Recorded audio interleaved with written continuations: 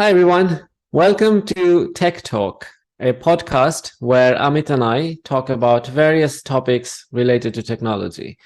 Today's topic is going to be a very known one, but it may not be very known technology that goes behind. So we're going to talk about solar panels today. A lot of us knows solar panels. Maybe a lot of you already have solar panels on your rooftop or have seen someone using it and have heard good things, I'm sure. But the technology that goes behind it is actually pretty incredible and quite a innovative one. How do I put it? Like a new chapter in terms of renewable energy, because converting light energy to electricity, that is a very like a useful conversion, and that's what we're going to talk about in more detail today. Hopefully you guys will get a lot of value out of it, and look forward to get all of your feedback after this. So Amit, thank you for coming up with this topic, solar panels. I'm actually also very interested to know more about it. Give us a bit of introduction on it for us who don't know. Thanks a lot, Rinat, for that introduction, and welcome everyone to this podcast. So, today we are talking about solar panels and why solar panels right now. So, recently the energy prices have increased quite a lot, especially in the UK, and people are looking at alternative sources of energy to power their houses.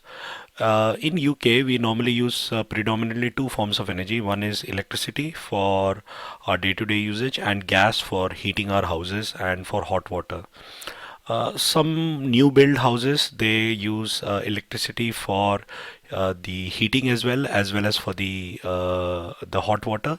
But most of the old Victorian houses that are still in use, one of the houses in which I'm living is also old, so we use gas for heating, and gas costs a lot of money.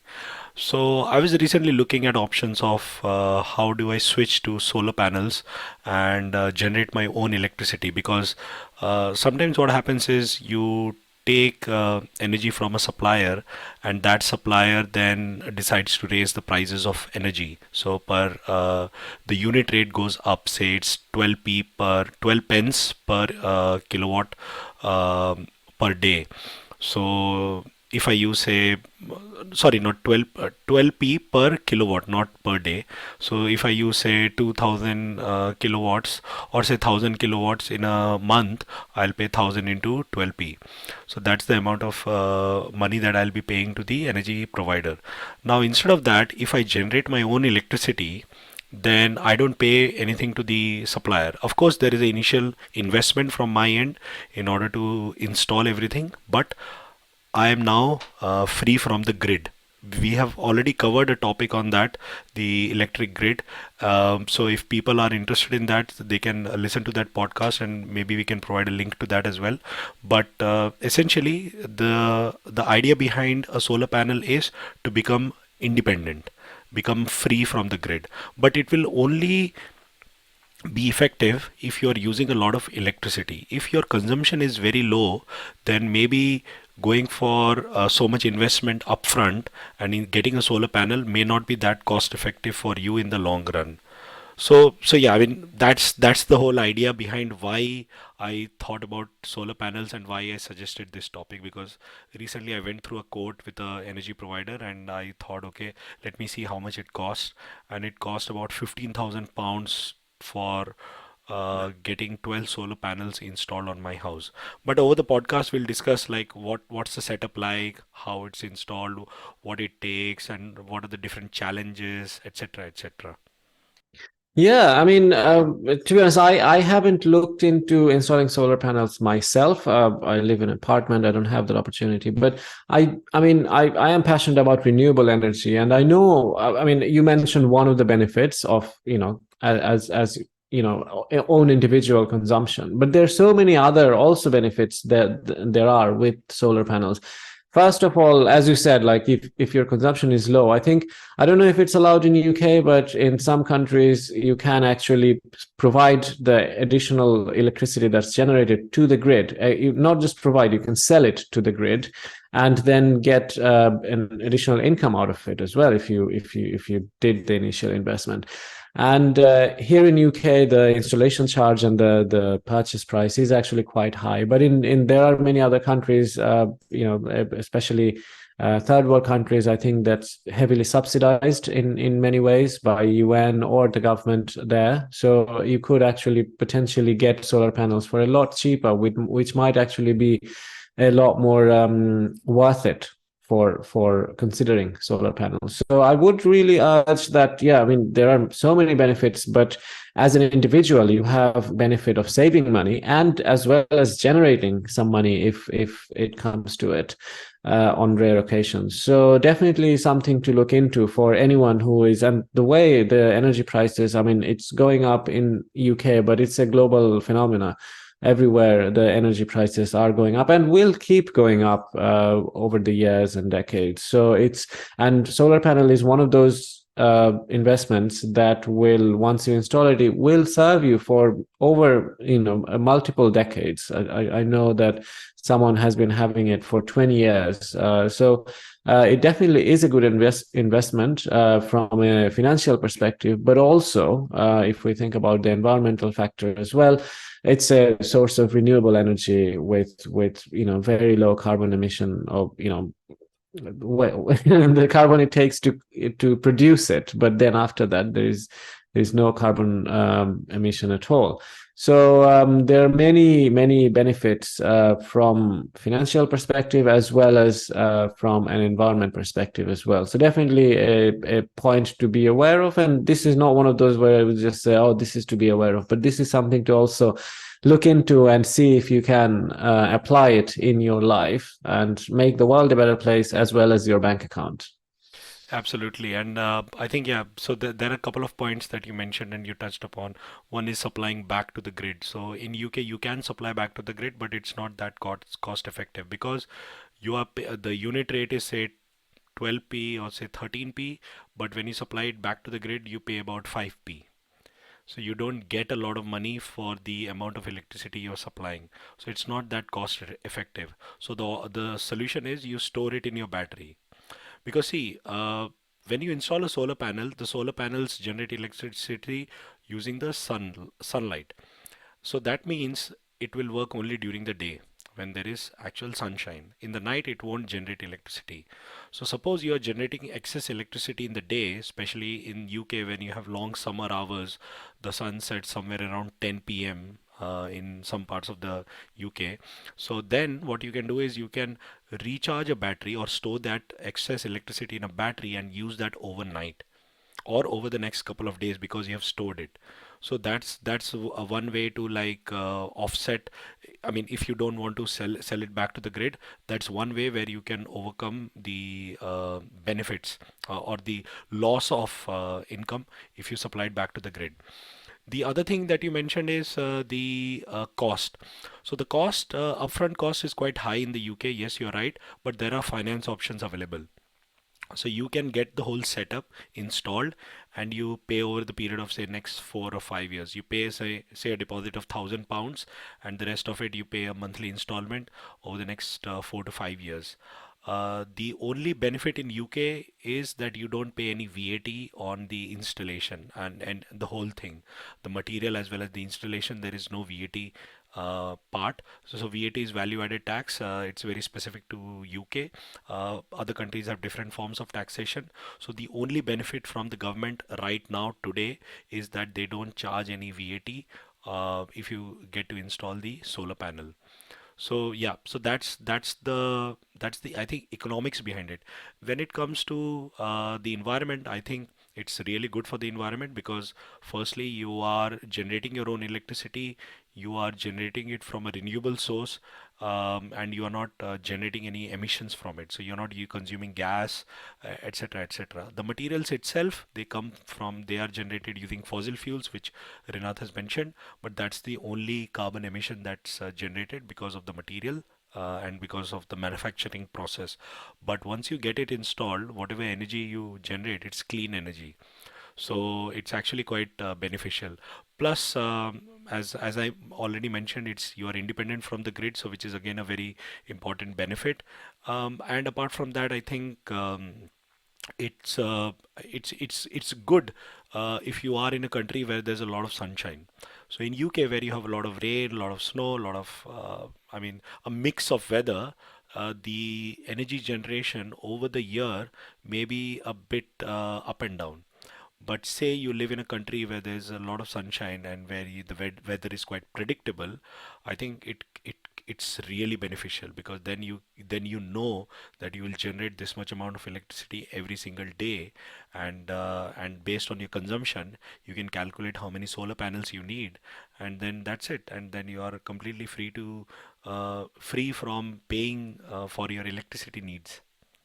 Yes, that is actually a very interesting idea, and we could actually expand this idea a little bit more. And I do. I mean, maybe we can talk about it in another episode about how to have a fully self-sufficient home. So, if we take a home as a unit of consumption, you could design your home in such a way that it's so energy efficient that you're nearly independent with all kinds of energy consumption, not just electricity, but everything that happens. Like, for example, as you said, UK, it's not very good for solar energy, but if it rains all the time, so you could potentially have rainwater collection system. And then if you had, most of the houses have, well, maybe this is another topic, but yeah, you could have like a hot water pipe laid down underneath the flooring, and that would also heat up your room and things like that. So in terms of renewable energy, there is a lot of ideas are nowadays coming up even more to make you fully independent from the grid, essentially. And electricity is one of our main consumption in terms of energy. So yeah, solar panels is one of the best ways to do it, but there are even other ways to even collect more electricity. One of the things I want to start going inside the science behind it. I mean, we've talked about the finance or the financial side of it, but let's talk a little bit about the science behind solar panels or renewable energy in general to begin with. I mean, let's start with if we go all the way back to the laws of thermodynamics, right? I don't know which law it is, but the one of the law, I think a very important one, is that entropy never decreases. It's always increasing. And from that perspective, if we also see about all of our human activities, where everything that we do requires us to convert energy from one form to another. And some energies are difficult to convert, like heat energy. It's really difficult to convert. That's why it was such a big deal when steam engine was invented, because that was a way to convert heat, from coal burning to actual kinetic energy, which was a new chapter in energy conversion. Now, obviously, in our modern ages, in the last 20 or 30 years, we realized that those energy conversions had a negative effect on our world, on Earth, and that's when we started looking at renewable energy. And solar panels is one of the first ones that became commercialized because it was so good. And so when we talk about renewable energy, we want to convert it, but what are the sources out there? There is sun, there is wind, and then there is water movement in the sea or in rivers, etc. So water and air, they're both kinetic energy, and we have to then move something in order to do it. But converting light or solar energy into electricity, that's a whole different concept altogether. And as far as I know, I haven't read too much detail into it, but inside the solar panels, each of these panels have chemicals. It's basically a chemical reaction that happens when it's exposed to light. And I think it doesn't have to be just light. It kind of needs a bit of heat as well in order for it to have that chemical reaction go through properly. Or maybe I'm wrong on that one, Amit, you can correct me. But yeah, the conversion of light to electricity is just a very unique invention, and it's a very how do I put it, like a game changer in terms of renewable energy conversion. And yeah, I mean, if there is anything else to sort of explain in terms of the science behind, Amit, I'm actually interested to know myself. Yeah, thanks, Renat. First of all, I would like to touch a couple of points in terms of renewable energy. So you talked about solar, you talked about wind, and you talked about tidal, so or hydroelectric. So these are the few forms of energy sources that the renewable energy sources that we as humans have used over the millennia. Solar panel, I mean, we think that it's the first one, but actually we have used windmills much before. So windmills have been there much longer, and they've been used for various purposes. So we have harnessed the source, the wind energy, much earlier than maybe solar panels, solar energy, because for that we needed some kind of we needed to understand the physics and the chemistry of the materials. So wind was one of the first energy that was harnessed, and the reason why we want to move towards renewable is because we want to reduce the carbon emission. But why has it been such a struggle? This It has been a struggle because the renewable sources of energy are not that reliable. So you will not have wind all day, not all days of the year. Sometimes you have sunlight, sometimes you have rain, sometimes you have snow. So that's also not reliable. And tidal energy, well, tidal is quite reliable, but you have to go out where there is a huge tidal difference. If the tidal ranges are not that high, then you may not be able to generate enough electricity. So those are some of the challenges. So that's the problem of generation. Then the next problem is storage. So when you talk about storing electricity, you need a battery. When we talk about fossil fuels, you just store the fuel and you burn it. So the storage is the fuel itself, and then you burn it in an engine, and that generates power that is then converted into electricity. So electricity is more or less a byproduct of any energy conversion process. So be it a steam engine, be it a fossil fuel engine, gasoline engine, be it anything, we end up with electricity. So we want to generate electricity in the end, and the electrification of our society is what is currently happening. So we want to electrify everything that is currently dependent on fossil fuels. So suppose you use electricity for heating, you want to electrify that. Suppose you use, sorry, not electricity, you use gas for heating, you want to electrify that. Suppose you use gas for cooking, you want to electrify that.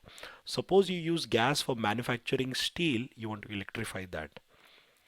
Now, the question is, how do you get that electricity? So you could get it from the renewable sources or you could get it from nuclear, but there are these sources. So those are all the sources. Now let's go back to the science. So yes, it is a bit magical. With wind, you see something, something moves, that's kinetic energy, and that gets converted into electricity in one way or the another. But with light, what do you do? So basically, light is made up of photons. So those are the fundamental particles of light, and they carry with them energy. So what happens is, and we are not harnessing the energy of the photons. So what happens is, the solar panels are made of a material, a specific material, say for example, silicon. So the light hits the panel. When the light hits the panel, it knocks off an electron. So that electron is free to move. When an electron is free to move, and there are many electrons that are free to move, and the movement of electron is basically electricity. So that generates electricity. So the moment a photon knocks off an electron, falls on a panel and knocks off an electron, that generates electricity. Go ahead. So no, this is so fascinating. I mean, I'm actually really interested to learn about it as well. I don't know if you know this as well, but yeah, this is just a counter question. Is so why does it have to be this particular material? Why does, whenever photon hits any material, should it not bounce off an electron, or I especially metal? I don't think it'll convert electricity that easily. if it is some other material, because so Mhm. sunlight is falling on many other sources. It's falling on Mhm. our skin, it's falling on Yeah. plastics, it's falling on metals, it's falling on stones. But I think there are specific materials where the electron can be easily knocked off by a photon, because you have to bear in mind that some electrons might be very tightly coupled and they might need a higher energy to get knocked off. So that's why I'm guessing, it's an assumption. Mhm. People are free to do their own research, but from what I've read is that photons, if they fall on this specific material which are used in solar panels, then it knocks off the electron. That knocking off is basically movement of an electron, and that movement generates electricity. But that electricity cannot be used directly. So that electricity has to then travel through a wire, and it has to go to an inverter, because whatever electricity you're generating, that's direct current. So we have spoken in one Right. of our earlier talks like the difference between DC and AC, and that and in our house everything is powered by alternating current. So we have to convert that DC direct current into alternating current. So we have an inverter. So that Mhm. inverter then converts the electricity and then gives it back to our house. So it doesn't give it back to our house directly. Maybe it charges a battery, maybe it's connected to the fuse box or some source where the supply is coming. So if you have excess electricity, you can send it back to the grid or you can send it to the battery. So you have the solar panel, light falling on the solar panel. The solar panel generates electricity. It comes to an inverter. The inverter converts the DC to AC, and then that gets sent to your supply, so the fuse box. And then from there it gets circulated to the house. If you generate extra, it goes to a battery. If you generate even more and you don't want to charge your battery, you send it back to the grid. So this is the complete cycle for a solar panel setup in your house.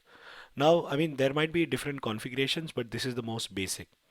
So you have to install it, you have to have these particular things, and then you can generate electricity. Um, and that's basically the science behind the solar panel. Right. Okay. That's really interesting to know, and yeah, I'm actually quite fascinated, and I'll probably do more research after this because such an interesting topic, the actual science behind what's happening, and maybe I'll ask the audience to also do it. Maybe you'll come up with even better way of doing it or improving the current technique because that has been the technology for a while now. So yeah, there is probably room for more and more improvement. And I see in terms of renewable energy sector, there are new designs coming up all the time with wind turbines or hydroelectric sort of the design of it. So there might be better design for solar panels as well. And yeah, it would probably take a curious mind to just know how it works now, and then you can come up with a better one, hopefully. Definitely. And I think we have covered the science behind it, but there are some other aspects to the setup as well. Hmm. So when you have to install the solar panel, so we have covered the economics, we have covered the science. Now let's look at the installation part. Like suppose you are okay with the cost, you're okay with the science, and you really want to go ahead and you want to get it installed. So what are the things that you have to bear in mind?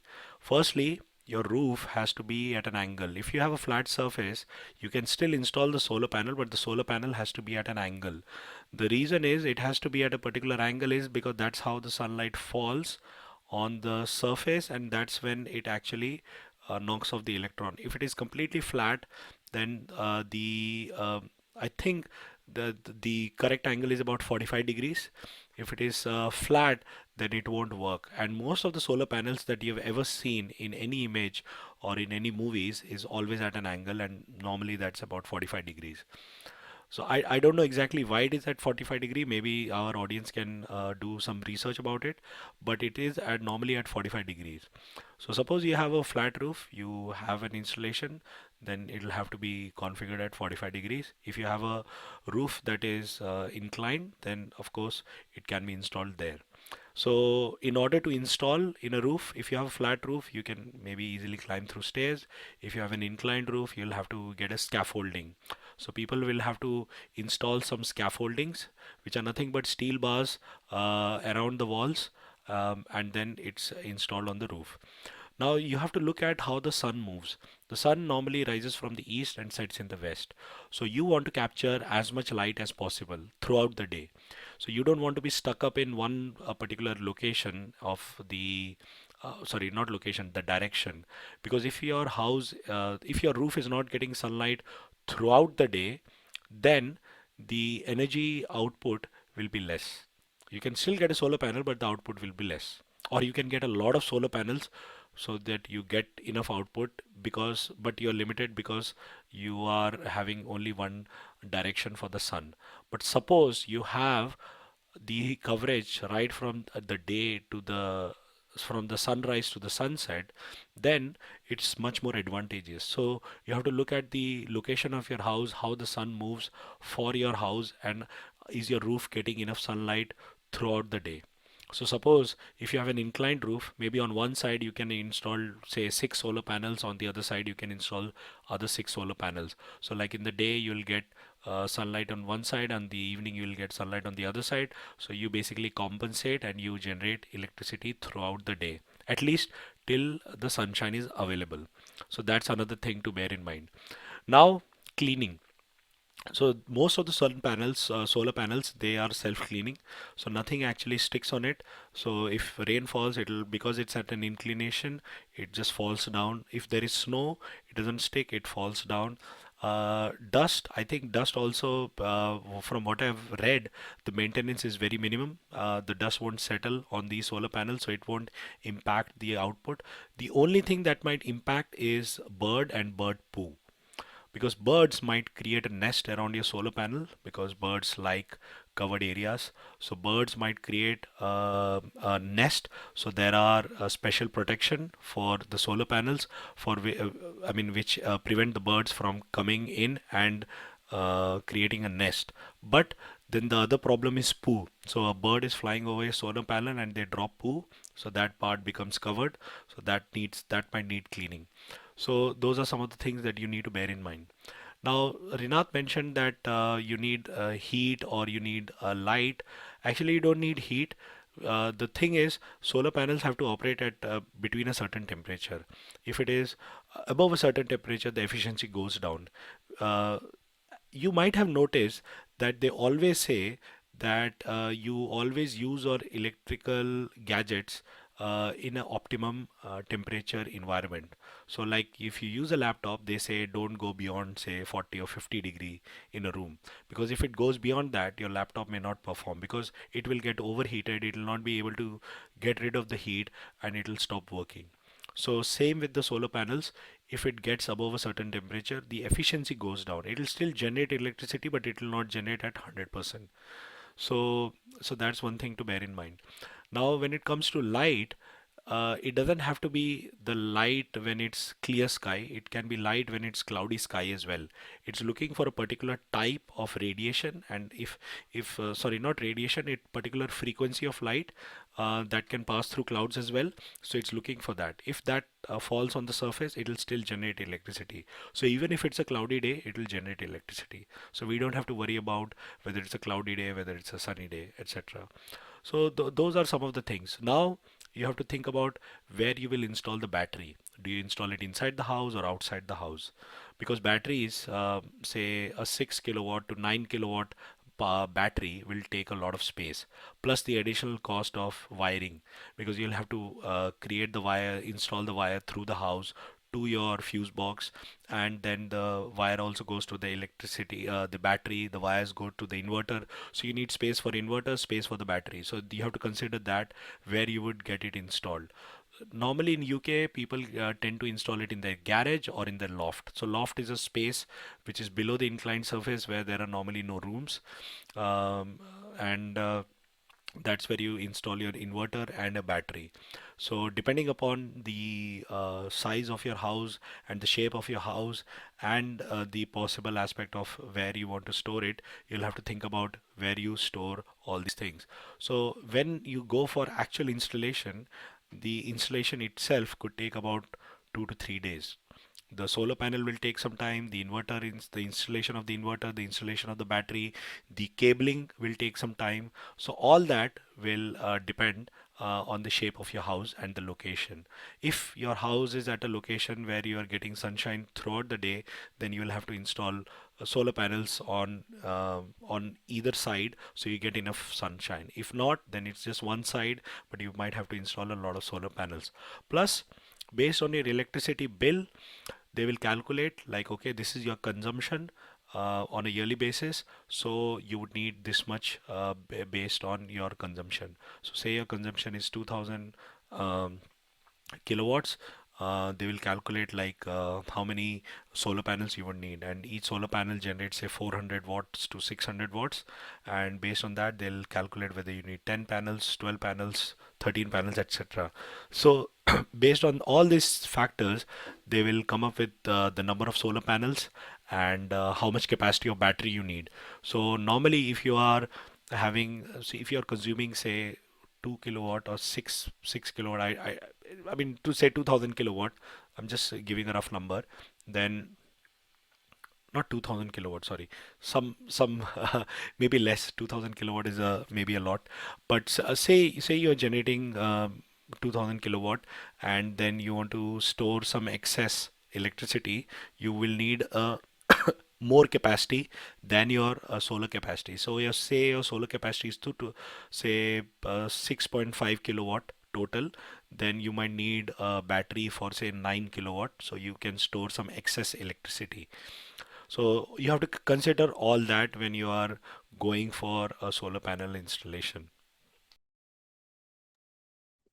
Right. Okay. Okay. This is actually, yeah, because I've never actually had to go through this. I never actually had this opportunity to learn this information. But this is actually really good. And now you've made me also more interested in when I do own a house eventually, hopefully, I will definitely consider this as one of the first things to install, because it definitely, I mean, there is no doubt that it's a good investment, because it stays for a really long time with very minimal maintenance, but it will generate or save money, and there is no escaping using electricity at home. So yeah, this is, I cannot think of a better investment on your day-to-day expenses and consumption, etc. So when I have a house, I will, that's one of the first thing I'll be looking at. And if there is financing available, that makes it even more easier to help with this installation. So yeah, I'm actually very encouraged and interested to look into it further and potentially install it when I have the opportunity. So I think it's a really good idea, and even I want to install it. But I think so I didn't decide to go with the solar panel installation right now because my usage of electricity is quite low compared to the size of my house, but my usage of gas is quite high. So I need to first figure out how to reduce my gas consumption. So maybe electrify my boiler, my heating, and the cooking part. So then I can move on to solar panel. Because if I just move on to solar panel now, I'm not consuming that much electricity. So the upfront cost is quite a lot, and I'll not recover that money soon. So think of solar panel like this. If you use a lot of energy in terms of electricity, then you're spending a lot of money. If you spend that money on solar panel and you are generating enough electricity, then whatever money you're spending to the to your for your supplier, you can offset that. So you'll recover your cost much quicker. But if you're spending less on your electricity, then the because of the upfront cost being so high, you will take more years. So say if a person consumes above average electricity, they might recover the cost in say 5 years, whereas if I consume below average, then I would take 7 to 8 years. So based on your consumption, you have to see how much time it will take for you to recover the investment that you have made on a solar panel. And solar panels are now quite expensive. There is a cost of the material. So the material is the solar panel itself, the wiring, the inverter, the battery, and then the cost of the installation. So people will have to come to your house and they'll install it. There is a cost of scaffolding because they'll have to go to the roof, so they'll need some support. So that's an additional cost. So you have to bear that in mind. And when I was telling you about the 2000 kilowatt calculation, so it's done basically if you consume say 6 kilowatt and you per day, and then you multiply it by 300, so that's 1800 kilowatts. So if you multiply it by 360, it's roughly about 2000. So 2000 kilowatt is a rough estimation. So that's how I was just while talking, I realized that's how the calculation is done. So that's how you arrive at that figure of 2000 kilowatts for a year. And that's what you need to check when you check your bill, because the bill will give you an estimate about based on your current consumption how much electricity you are supposed to will you use in the future or in that particular year, and that will give you a good idea about how much capacity you need. Now the thing is, once you install the solar panel, you cannot keep on adding panel. So the only thing you can do is increase the capacity of your battery. That's easy, rather than installing a Right. lot of solar panels. I was literally just about to ask you this, that okay, my consumption is not very much now, but in future it might become. So why don't I just install as much as I need now, and then I'll extend it? Is that not possible? And then you just said that it's not. Well, why is that? So basically, when you install, you will look at how many people are currently living in the house and how many people are planning to live in the house for the next 20 or 30 years. That's the lifespan of one solar panel before you try to get it replaced. So suppose you are three people on average and you have guests. So based on the electric consumption, it would say that okay, your needs are currently 2000 kilowatts, but your needs can exceed to say 3000 kilowatts, and 3000 kilowatts is a 1000 kilowatt is a lot extra, right? So you estimate based on that. So you add say a bit more on the usage. So if you have 2000, you add say 2500, or you say add 3000, and then you say that okay, beyond that you will not use it. But suppose and bear in mind, when you install a solar panel, you have to make sure that you are not redoing the house. If you redo the house, you break the house, you do an extension, it changes the whole dynamics because suddenly your consumptions will change. So then you'll have to take off maybe change the roofing, etc. So you have to be 100% sure that once you install the solar panel, you're not going to make any changes to your house. Because if you do, then you have to get rid of the solar panel or maybe reinstall it again. So that's again a cost. So you don't want to do spend that money unnecessarily.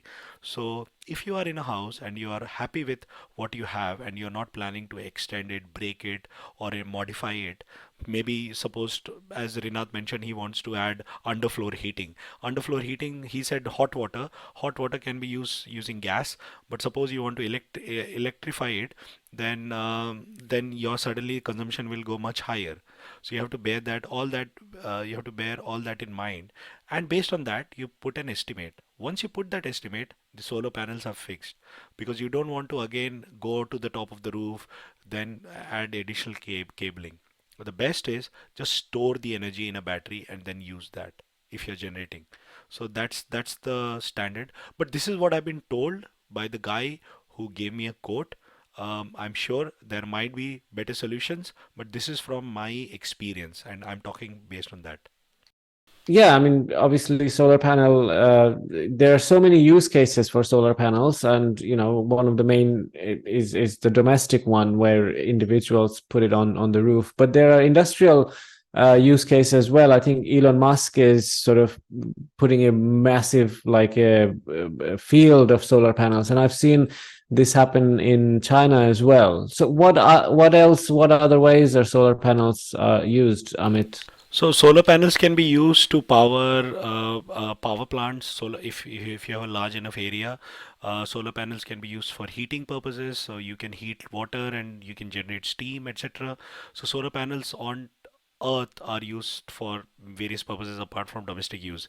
But there is another interesting application which I think people might be already aware, but it's useful to know, is satellites.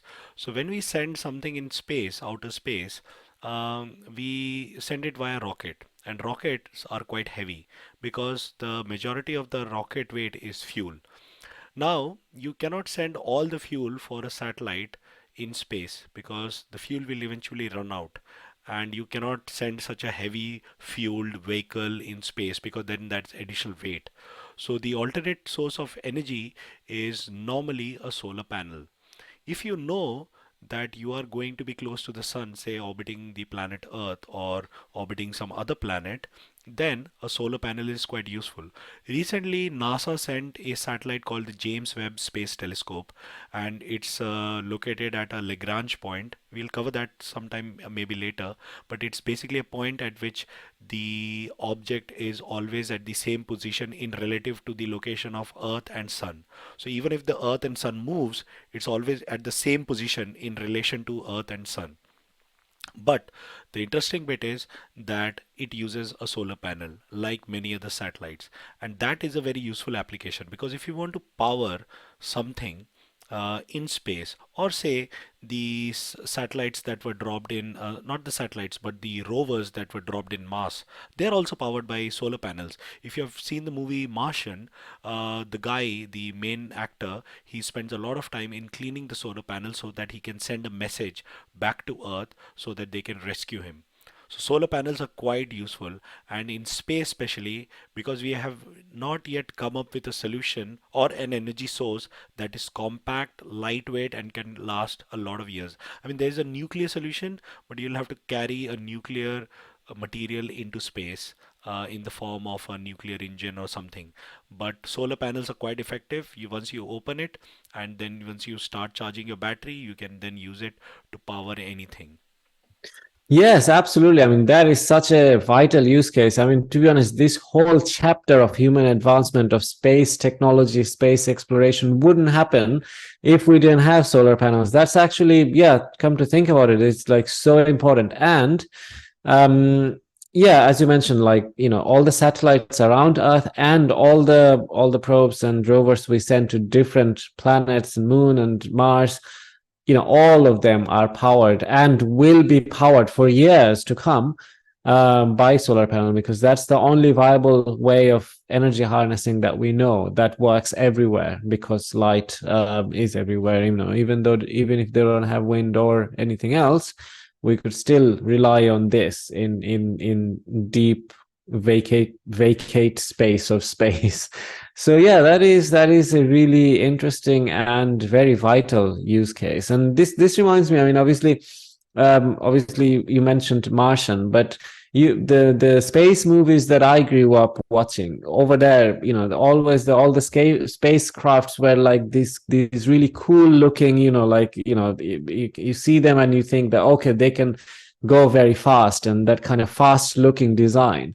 But when I saw the first actual, satellite, I saw, what are these winged objects and they don't look cool at all. But those wings are the solar panels, and those wings are what's making it possible. And it's interesting to think that, if you think of spacecraft, a really high speed one, you feel like it should look fast, but all of our intuitions about what fast looking things should look like is built upon like cars or trains, like a sharper front. But that's because of wind inside Earth. But in space there is no friction of any of these materials. So in space, satellites can be as fast as they want to be, as long as they have energy. And satellites sorry, the solar panels are what's giving them that energy. So yeah, no matter how uncool it may look, although I would probably argue now that it looks very cool with the solar panels. But yeah, those are the ones that are the solar panels in spacecrafts. And yeah, it's very, very vital indeed. Thanks for bringing this up, Amit. And I'm guessing that the solar panel that we are currently using on planet Earth is actually because of the solar panel research that we have done for satellites. Because, I mean, a lot of times people ask questions about, okay, what is the space research got to do? Why can't we spend that money on reducing poverty on planet Earth? But they don't realize that when we try to solve such problems in space, we can actually commercialize and use it for planet Earth. I'm guessing that because of the first satellites that were sent to space that had to be powered using sunlight, that there was a lot of research done, and that was then later adapted to use on Earth. But of course, it was quite expensive that time, but slowly the cost has come down because the demand has increased. But yeah, it's actually a very vital use case which a lot of people don't think about. Absolutely, absolutely. There's one more thing, Rina, that I want to mention, and that's the return on investment. So 5 to 7 years is all depending upon the cost of the material and the cost of the installation. And depending upon what type of material you get, the return on investment, you can maybe recover that money much sooner or maybe much later. And that's also based on the consumption. So I think you have to bear that in mind, like, and how much are you using and what's the rate of energy.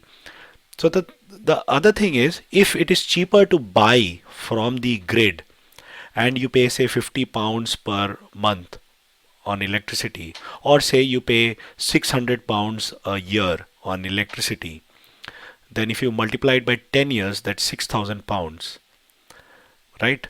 So now, if you consider that the cost, the unit rate doesn't increase, right? Say it increases, so you pay 10,000 pounds. But if a solar panel cost you 15,000 pounds, then what is cheaper? Is it cheaper to buy from the grid, or is it cheaper to install it? So it all depends on the unit rate of electricity. Of course, the unit rate will go high, and because and there might be power cuts. So considering all that, you can think of getting a solar panel, but it's always good to know what's the unit rate, because based on the unit rate, you will decide whether your investment is worth the money right now as on date. So you have to think about that as well. So I just wanted to cover that before we finished.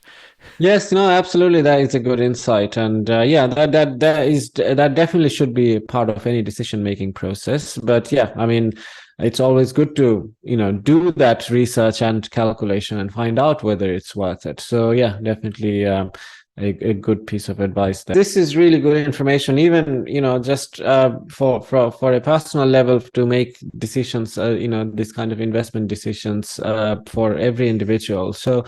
Yeah, thank you very much, Amit, for going through this with us in such detail. It certainly helped me, and hopefully helped the audience making their decision and learning about solar panels and the potential for it. So definitely would urge the audience to look into it more and potentially do consider. I mean, if the return on investment is 5 to 7 years, then even if you're not sure about whether you're going to redo the house or not, but you might actually not redo the house in 5 years. So yeah, I mean there are many parameters to think about, but I think overall it's a definite positive whenever you have that opportunity. You could suit your needs, for your bespoke tailored solution, but a solution it is nonetheless. So yeah, hopefully you guys enjoyed this talk, and if you have any questions, or if you'd like to join us as a guest, or if you'd like us to cover any topic, do feel free to reach out. Our contact details are below any platform that you're listening to us in. And yeah, we look forward to hearing from you. And yeah, again, audience, do feel free to reach out for any reason that you can think of. And yeah, thank you for listening to us today. And we hope to see you again next week. Thank you so much, guys. Take care. Bye. Bye.